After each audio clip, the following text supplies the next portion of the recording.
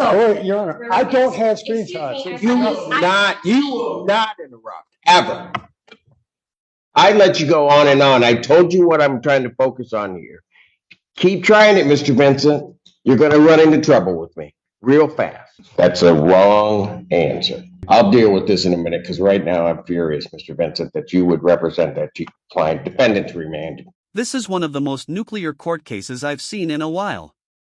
Judge Simpson completely snaps on this smug attorney for not telling his client to turn himself in, even though he was legally required to. Like, this wasn't some paperwork mix-up. This dude flat out ignored a judge's order and thought no one would notice. And just wait until you hear what Judge Simpson says at the end here. It's actually insane. Was this a dumb mistake or some shady courtroom plan? Let me know what you guys think in the comments while we watch. Let's dive in.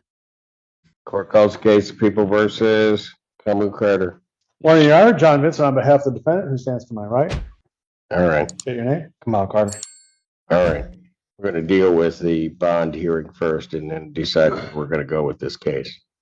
Mr. Vincent. Well, Your Honor, is the witness here? Because that is all, I mean, all the allegations are based on her words.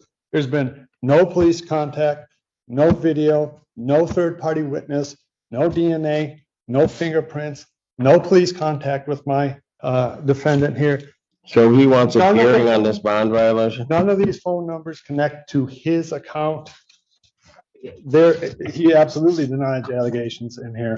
There is no physical evidence, and if there is not a witness here, Your Honor, then both the underlying case should be dismissed and this alleged. I'm not even talking about the underlying case. So just deal with what I told you to deal with. All right, well, does he want a hearing on the bond violation? Absolutely, Your Honor. When are you going to have the other report?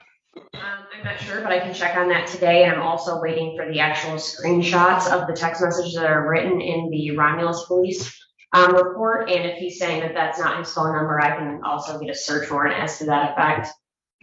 In that police report, there are 6 phone numbers listed. The police report indicates that none of those numbers are Mr. Carter's. If there are screenshots, I have not received those screenshots. It's the first time I'm hearing that there are 2 other potential police reports out there. However, this police report says that 2 officers showed up. I don't know how a Wayne County Sheriff's Department police report would be any different than this, as far as I can see, there were no Wayne County sheriffs on the scene of this alleged incident. There's just simply no physical evidence. There's no third-party evidence. And frankly, if you read through the report. I did. Before I revoked your client's bond. I did. Okay, well, I would hope you did. When you start to read through it, the allegations in there, either it's a lie or he's the luckiest guy on the planet, because I would think that the Romulus PD would be able to get over there in the length of time that all of this stuff is alleged to have happened and find a purple Taurus. She says at 1 p.m. He began to call her, and it somehow got into an apartment, beat on the door of the apartment, left the apartment, started yelling through the window, and generated somehow, all while outside, 6 other phone calls from 6 different numbers, none of which line up to the defendant. If she's not here, Your Honor, then I think that is a very, very strong indication that this is not factual. The other thing in this, Your Honor, this person alleges that he stole a gun from her in Pittsfield Township. Well, you know, if that's the case, then shouldn't this have been a little higher priority? I think the prosecution knows that this is not accurate. There's just simply, there's nothing before the court today to indicate that he is guilty of what they're saying he's guilty of. If she's not here, she should have been here. There's no Romulus police officers here, not that they saw anything anyway. There's no third party in the police report. It says witnesses, none. Wait a minute, he's broke into this apartment complex, banging on the door, goes outside, supposedly shouting the N-word. Don't you think somebody would have witnessed that, especially at 2 p.m.? Oh, you know, without a witness, without some shred of physical evidence, there's nothing. This is just the allegations of someone who did not bother to, apparently, to show up to court, both for this and presumably for the underlying charge. First thing, this defendant is on bond awaiting this final settlement conference where he's charged with domestic violence. He's also on bond awaiting pretrial where he's charged with child abuse force. He's also on bond waiting a probable cause conference where he's charged with resisting and obstructing a police officer and fleeing third degree. Mr. Vincent claims that he knew nothing about screenshots. Well, I just said on the record I don't have them. I'm awaiting them. But they are in the Romulus police report. They say that they do have screenshots, so maybe he didn't read that report. Also, Oh, Your Honor, I don't have screenshots. You will not interrupt, ever. I let you go on and on. I told you what I'm trying to focus on here. Keep trying it, Mr. Vincent. You're going to run into trouble with me real fast. Ms. Kirby, you may continue. Thank you. I also explained in my motion that the Romulus police report is different than the two other contacts that this victim had with the sheriff's department. I've included those police numbers. Those are also in the motion. So I'm not sure what he means on, I have no idea why the sheriff's department and Romulus were here. No, it's completely different. And I don't have the accusations in those. I'm awaiting to get those, given that they're not in our county, and I followed the process to get those.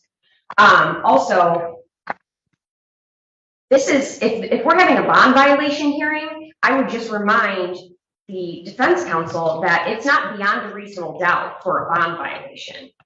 So I would ask the court to take what it has in front of it, including the Romulus PD report, and either adjourn so I can get the other police reports, and so I can get the actual screenshots and possibly a search warrant for this. And I would ask for the defendant's bond to be revoked and he to be remanded. Given the seriousness of this case and the seriousness of his other two cases, I do believe he's not only a threat to the victim, but to the safety of the community and also children.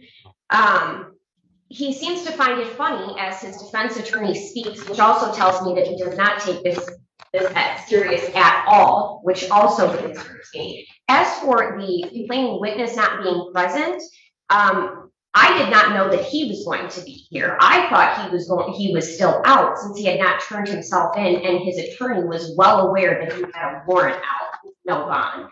So she is not present. Last time I spoke to her, she was in fear for her life. She said she would continue to answer the phone, but she has been placed in a different place that I know of the location that she does not want me to share out loud.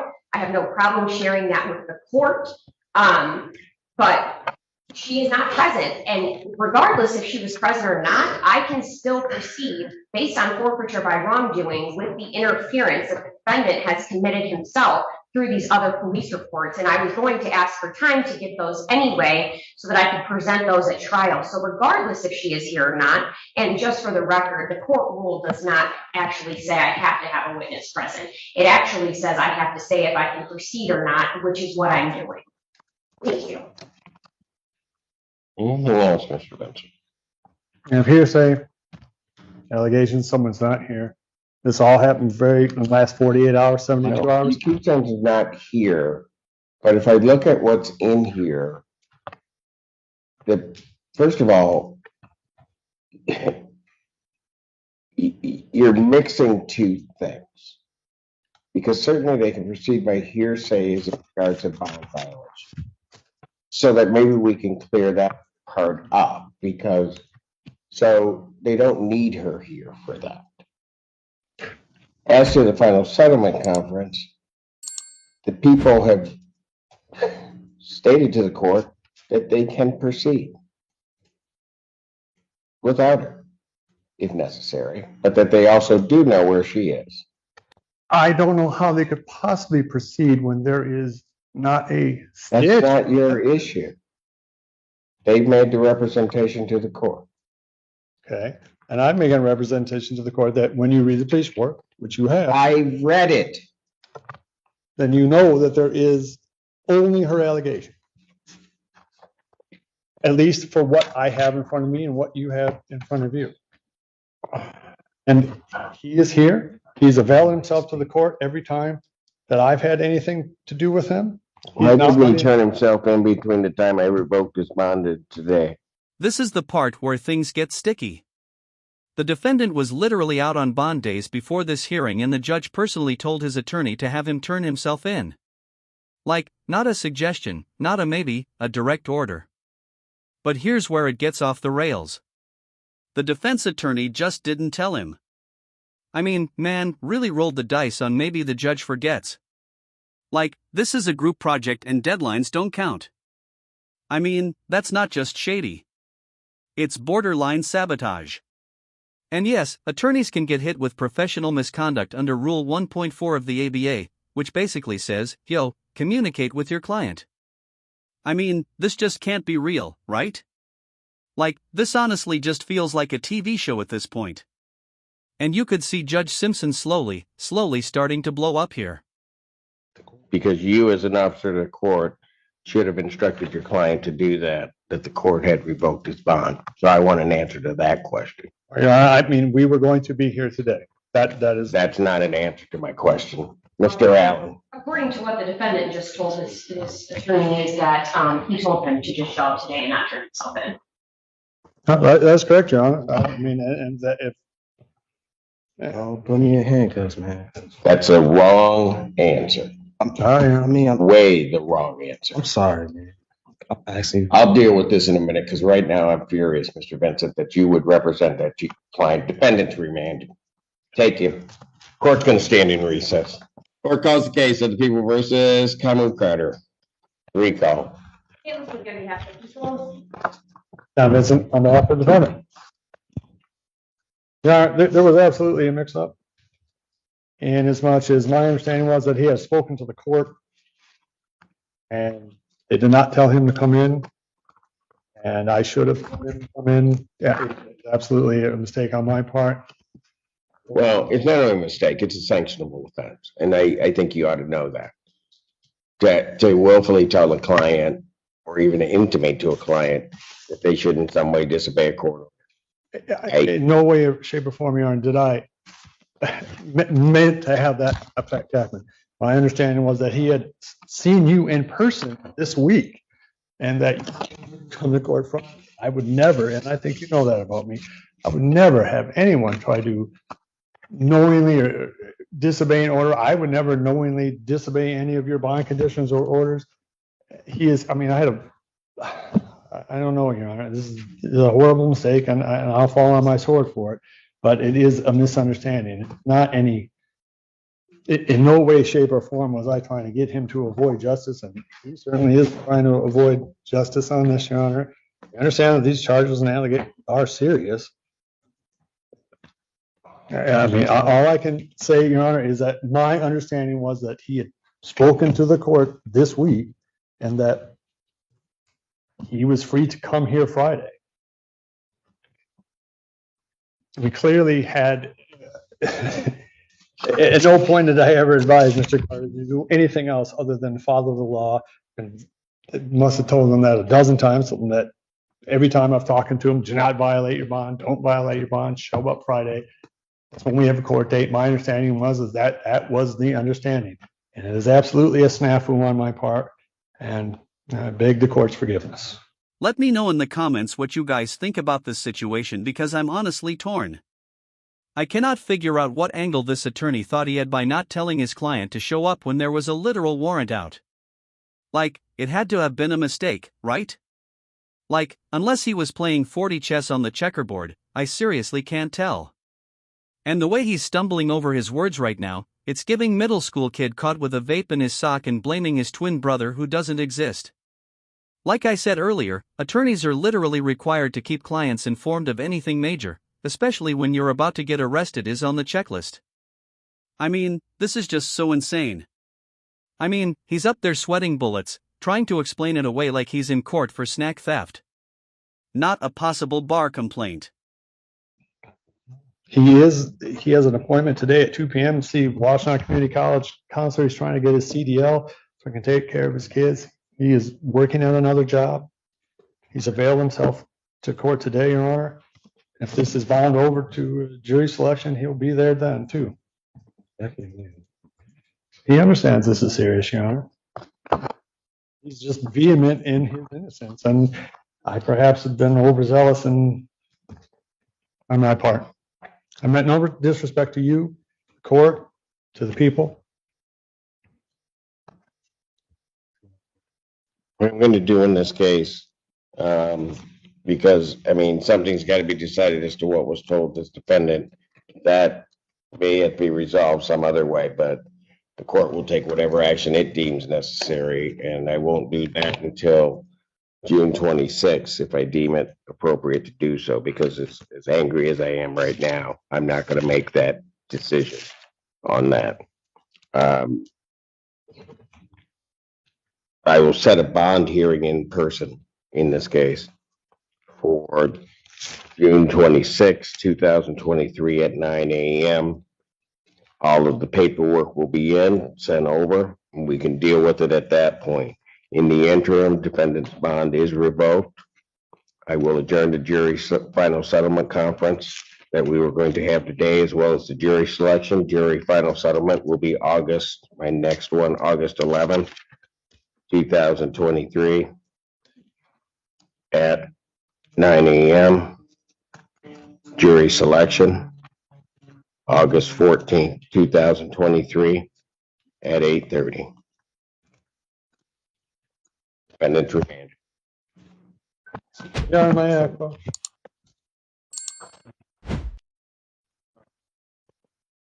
I don't think you want to do that right now. I am just, Your Honor, you know I did not.